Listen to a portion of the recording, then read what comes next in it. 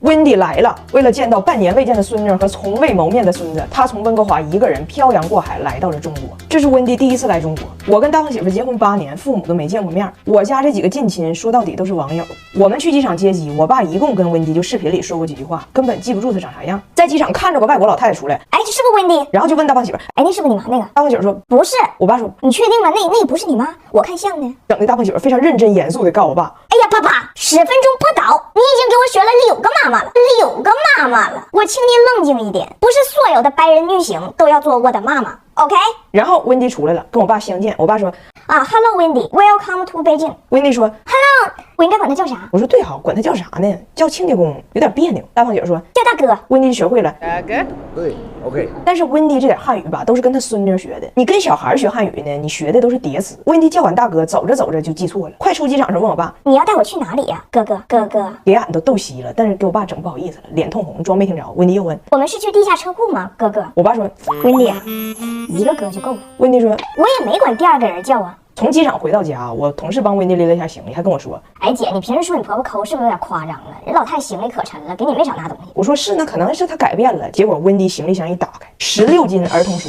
为啥呢？他是在加拿大一个跳蚤市场，有人卖的不要的书，$1 3套，16斤，高低要带来中国。结果在机场托运时候被罚了200刀，然后给第一次见面的宝贝孙子拿铁4沓贴纸砸他一脸，给小达带了2大把他们装点圣诞树用的那种淀粉糖。不得不说，就是婴幼儿礼品这一块，涉嫌人民币得3块5以上啊。孩子完事儿了，到了成人区，其实吧，温迪就是给俺全家买了1套碗，硬给拆成了4个礼物，分着包的。我妈我爸俺们2口子一人1个碗，给我们拜了个晚年嘛。然后温迪还偷偷给我拉到了厨房，说今天你最美，我最爱你，今天你先挑，你觉得不好看的给我哥哥，我觉得他不会在意。哥哥看起来很宽容的一个人，我们就都是碗嘛，只有大胖媳妇是被他妈叫进房间单独聊的。出来的时候，大胖媳妇手捧20条裤衩，我就跟大胖媳妇说，我说还是不一样哈，你妈说到底还是对你是最大方的。大胖媳妇说大方啥呀？我说我又胖了，缺宽松裤衩，他说他可以给我带，刚才告我240，只收现金，跟别人好歹还买一个礼物，跟我属于纯代购。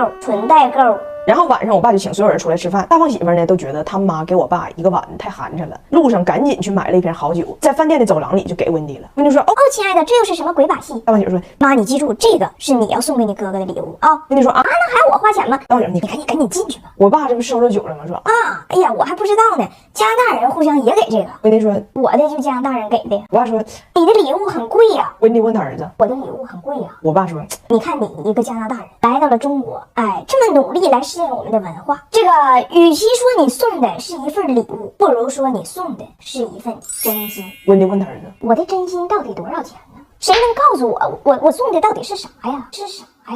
哎呀妈，这文化差异能吓死人！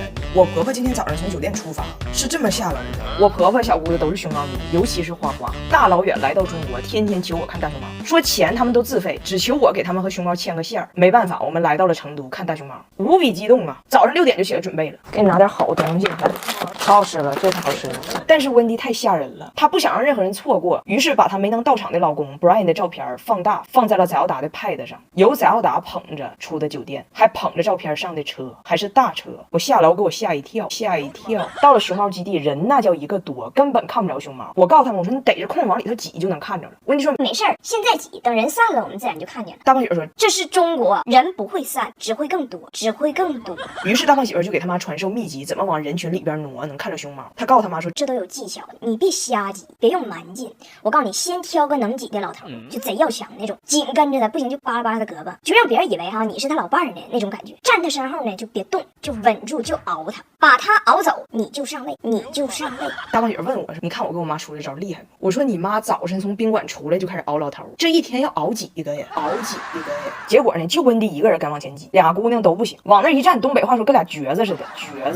但温迪熬老头那熬上劲儿了，熬完老头熬小伙，非常沉醉，完全没看女儿啊孙子们都在哪里。回头一看的时候谁都不在，丢了，这可糟了。因为温迪这次来中国呢，没舍得办电话卡，只有加拿大的电话卡，他倒是可以打电话，就是国际漫游比较贵。我真服了哈，人生地不熟的还不会说汉语，人就能挺住，就是不打，在人群中忙找。但是温迪命是真好，他居然用眼睛烧到了人群中一个女子，正拿着手机向另一个女子炫耀。你看我拍这是谁？这不张大铁吗？你知道不？就那个不会说英语的小外国人。温迪一把人家薅住了，问人你这是在哪儿拍的？就这人告诉我。于是温迪1分钱没花，成功找到了我们。熊猫是一眼没看着，因为他们不会挤，只能买点熊猫伴手礼。拿铁和早达俩孩子管奶奶要熊猫娃娃和书包。温迪咬了咬牙，只给自己买了一个，还买了一盒熊猫巧克力饼干，1盒10片，弄花25，而且只有拿铁和早达一人分着1片。大胖媳妇和俩妹妹都不让碰。我说温迪啊，快中秋节了，大过节的，你不舍得我舍得。中秋节我们吃那种象征团圆的饼，我都准备好了。你尝尝这诺凡巧克力月饼，纯可可脂的黑巧，搭配9款花式夹心，非常适合中秋团聚和家人们一起分享。尤其是海盐芝士黑松露味儿，听着高级，入口奢靡。黑松露还是流心儿，温迪一听黑松露眼睛都亮了，吃完连连称赞呢。巧克力丝滑，夹心柔软，美味的 level 直接拉满。温迪本来挺开心，没看着熊猫，但买了个熊猫娃娃也可以显摆一下。可是没想到我们回家的路上，路过一个小商品商城，在那里温迪的世界崩塌了。温迪刚买的熊猫花了35，在这里一模一样的熊猫3块钱一个，一兜子50。温迪决定不走了，别的景点也不去了，明天就去那儿进货，进他3车货，回家那找个景区，就从事小商品转手倒卖，预计明年还完房贷，还完房贷。哎呀，我老公和我女儿昨天顺利入住了厦门的隔离酒店，这个事儿圆满成功。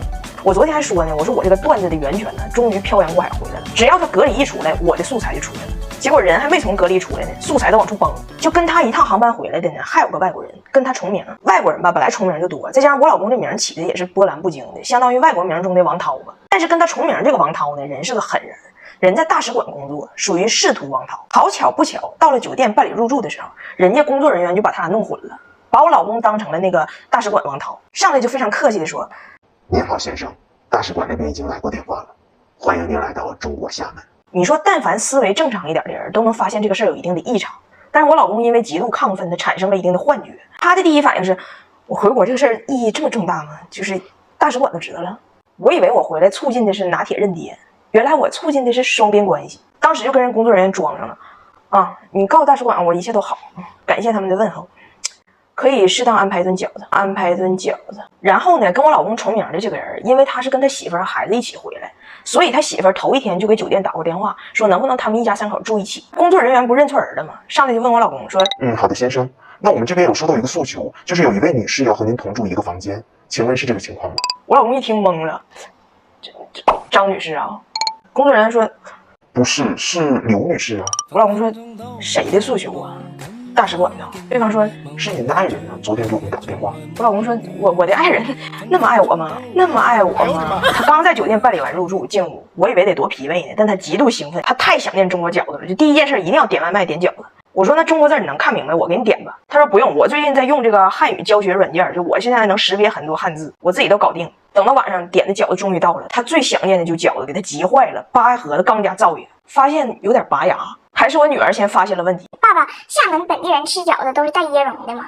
怎么掉白渣呢？掉白渣呢？我大胖媳妇给他和孩子点了2份生饺子，然后老公给我打电话老委屈了，为什么不告知消费者他送的是生饺子？为什么不标注？我说这种情况人家肯定标注了。他说没有。我说你看一下你的外卖，人家肯定标注，肯定写了。他当时把外卖截图给我看，你看他写的牛肉大葱，牛的是牛的呀。对，我也没想吃猪的呀。我说人写的是牛肉大葱，生的是生的呀。